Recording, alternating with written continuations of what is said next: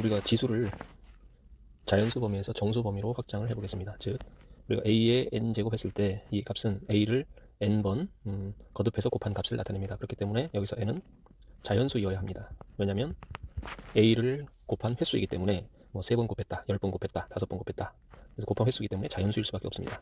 그런데 이제 이 지수를 자연수 범위에서 정수 범위로 확장을 해보자. 그렇다면 자연수가 아닌 정수에 대해서도 이 지수를 만들어 주자라는 거죠. 즉 자연수가 아닌 정수에는 0이 있을 것이고 음의 정수가 있겠죠.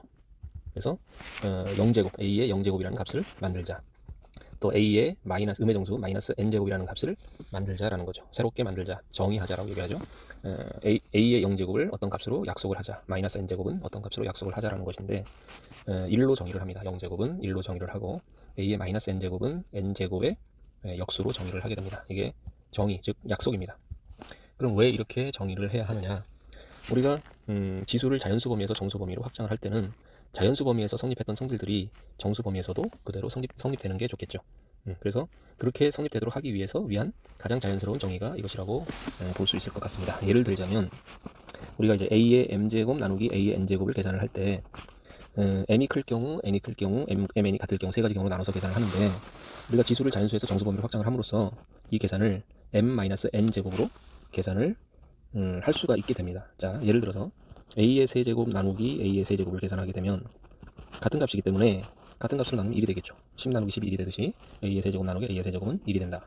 자, 근데 위에 이 법칙을 법칙이 이제 된다라는 거죠. 될 건데 법칙을 이용을 해보면 3 빼기 3제곱 0제곱이 된다는 거죠. 그래서 a의 0제곱은 1로 정의를 해주게 되면 이 공식을 그대로 쓸 수 있다는 거죠. 또 하나 거꾸로 a의 4제곱 나누기 a의 7제곱을 계산을 하게 되면 자, 원래 계산대로 하자면 4제곱 7제곱이니까 뒤에 지수가 더 크죠. 그럴 경우에는 이 공식을 쓰지 못하고 분의 1, 7 마이너스 4제곱, 그래서 세제곱의 역수가 됐었어요. 그렇게 계산할 수 있었죠. 이제 이거를 이 공식을 써보자라는 거죠. 공식을 쓰게 되면 a의 4 빼기 7 마이너스 3제곱이 될 것이고, 이제 이런 값을 이제 우리가 만들고자 하는 건데 이와 같이 정의를 해주자는 거죠. a의 마이너스 3제곱, 이 공식을 쓰면 a의 마이너스 3제곱이 나오고 실제로 이 값을 계산하면 이런 값이 나오니까 결국 이 값과 이 값을 같게 정의를 하게 되면 이 공식이 사용이 가능하다는 거죠. 그래서 그런 의미에서 자연스럽게 자연수에서 정수로 지수를 확장했을 때 자연스러운 정의는 이런 정의가 되겠다는 거죠. 그래서 0제곱은 1로 정의를 하고 음의 정수에 대해서는 n제곱의 역수로 약속을 해주게 되면 우리가 자연수 범위에서 성립했던 지수 법칙이 정수 범위에서도 그대로 적용이 될 수 있다. 이렇게 이해를 하면 되겠습니다.